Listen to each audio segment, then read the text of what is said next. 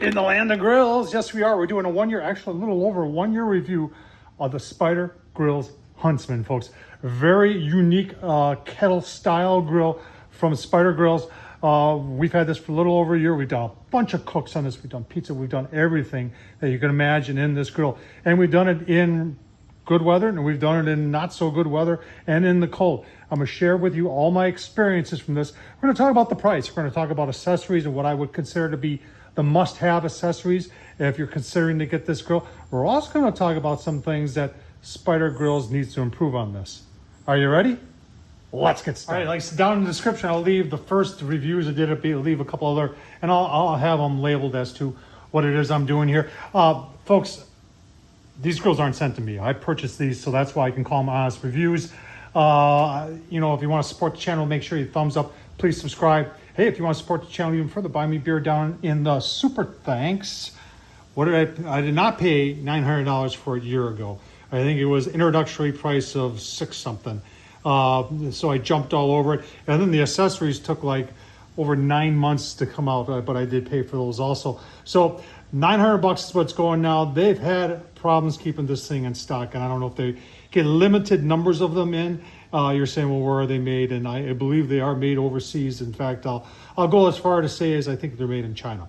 So it is back ordered, and $900 just for what you see right there. If you want to talk about must-have accessories and their prices, let's do that right now. Well, you can see I've got shelves, and for me, shelves are a big deal. They're a big deal for you too. It's $180.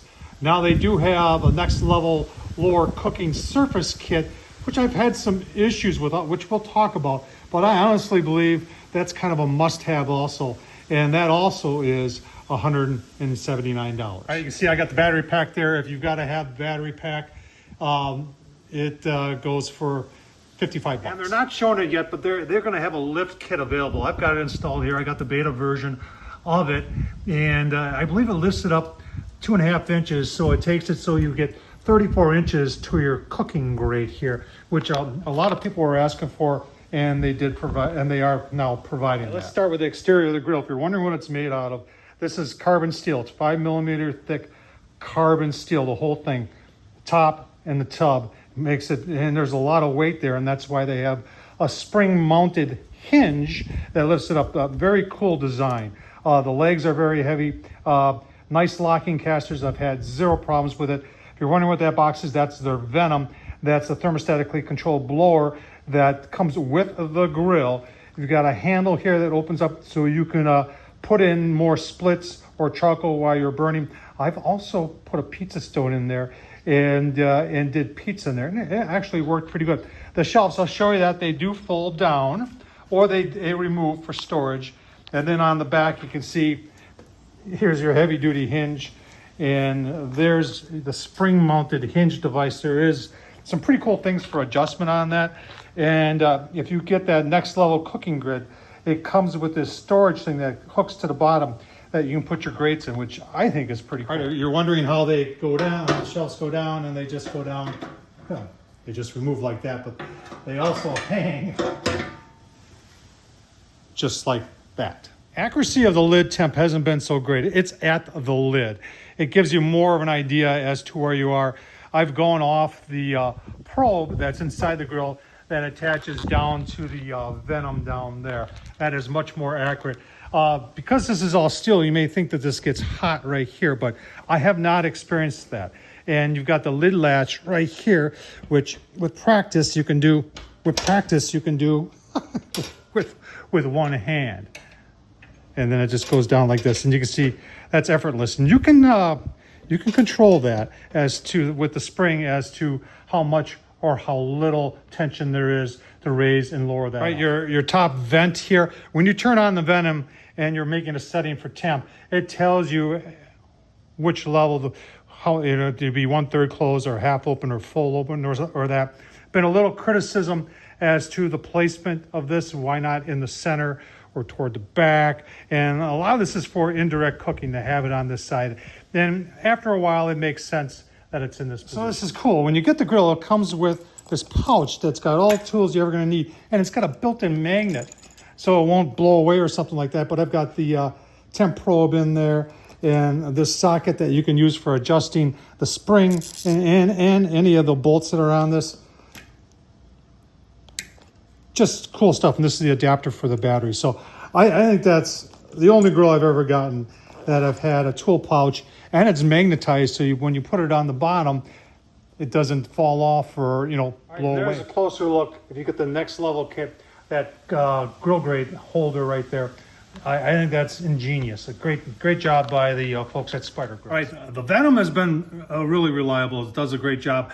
I'm a little between the battery or plugging it in. Now in the wintertime, I was having some issues maintaining temps, and I think there was a combination of things, but I was using the battery in some pretty cold temps, and I think the battery was losing some of its effectiveness in the cold weather. So if you're going to be in a cold climate and using this, I would recommend plugging it in. All right, so emptying the ash is actually part of the Venom, and you've got these latches right here. Now I'm going to have a little criticism here because getting those lined up, I had an issue this winter where I emptied it, I put it back on, I had the latches on, but this is made to fit so tight on this lip here that, and the aluminum is relatively thin on this guy right here, that it didn't latch in all the way. And as I was having problems making temp, I noticed I had ash coming out. When I looked, even though I had the latches latched, it had bent the aluminum pan a little bit.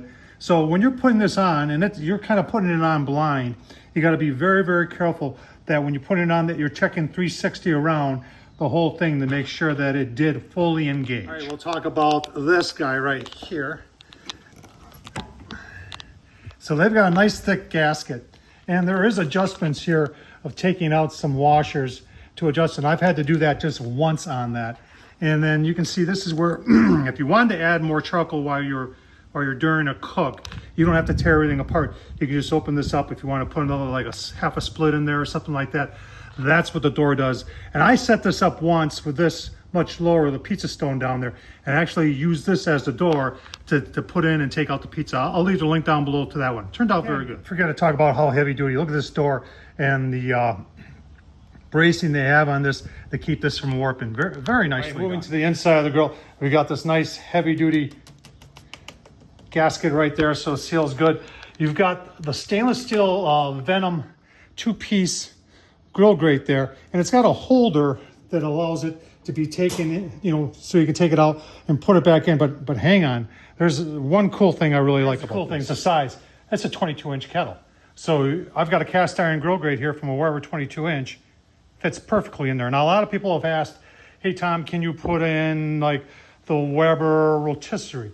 And the answer is, because of that thing back there, you cannot. But I have found something that I wish Spider Grills would adapt to this grill. Let me show you that. I made a video about this last year, more or less showing the Spider Grills that this would be a great way of getting an addition of like 4 more inches in height inside the grill, and then also then giving you the ability, if you want to have a pizza stone on there. I think it's a great idea. I don't think Spider Grills did, but that would be my suggestion to Spider Grills. So here's the next level kit. And what I was so excited about getting this is that then it turns the whole grill grate area into indirect cooking, which I really liked.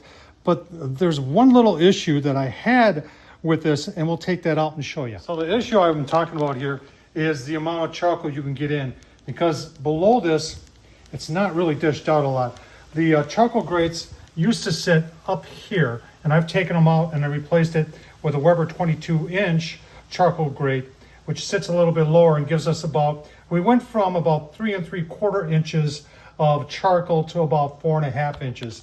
And especially in the wintertime, I needed that extra space to put additional charcoal to get this thing up to temp in order to hold temps during the cold winter months. All right, so if you decide not to get the next level, then you're stuck with this scenario where if you want to do indirect, you got to kind of shove all the charcoal off, and I would always go off to the right side so that it's not directly below where your chimney cap is. It's just limits, gives you only about half the room in the grill. That's why I like using the next level. And, I played around with these tabs, hoping I could flip those around, which would be a great option to do, but it's one piece. So that didn't really work either. All right, below the charcoal grate is your ash sweep, and I've had no problems with that. All right, let's talk about the positives on this grill. This grill smokes like crazy. Puts out some fantastic hue. I've done a brisket flat on here, which is probably one of my better brisket flats I've ever done on this grill. I've done ribs on it. Just works phenomenally well. It's hampered by size, and that's why I was so much waiting for the next level kit, which then takes, opens up the whole grill to low and slow. It chokes off the charcoal though, and that's why I had to put that other grate in there, and especially at colder temps, because even though you would think, because it's solid steel here, 5 millimeters, that it's somewhat like a Kamado, but let's remember, and I've had a lot of Kamados, and here's just an example of a ceramic Kamado. The ceramic itself is insulated, holds the heat in. If you take a look at the char griller Kamado, yeah, it's steel, but it's double walled and it's insulated. This grill right here, you're wasting, I shouldn't say waste, but you're using a lot of BTUs from that charcoal to heat up that steel, and especially in the wintertime. And that's where I really had problems, was in the wintertime. All right, so what do you do if you live in a colder climate? I'm hoping that Spider Grills is going to come out with a cold climate insulation. It would just have to be something that insulates, like you would get on some pellet grills. That would, a high heat fabric that'd be good for lower temps. Up to, a lot of them go up to like almost 300. That would just cover the lid and leave that open and leave this open. Help hold that in there so you're not, using a lot of charcoal BTUs just to heat or keep that steel heated. Another option would be to come out with a whole separate lid, different lid, that would be more dome shaped, so you get more room, more height, because a lot of people have complained about the height between the grill grate and the bottom of this thing right here, and then make that insulated. That would be a great idea also. Final thoughts on the Spider Grills. Huntsman, I've been a big fan of Spider Grills. I've also been a critic of them. That's what I do here on this channel. I buy the grills. They're not given to me, and there's been no money that I exchanged hands between myself and Spider Grills. In fact, I'm sure they're not happy with some of the criticism that I've given them, but it's been, I've tried to show them the better way of doing things with this grill, and hopefully it'll take some of my advice. If you're really looking for that one-time shot grill, folks, you might want to consider this. Are there other options out there that can do just as good and are a lot less in cost? I believe there are. So I'll leave that choice to you. Leave your questions, thumbs up, and everything else down in the description. Thanks for watching, folks.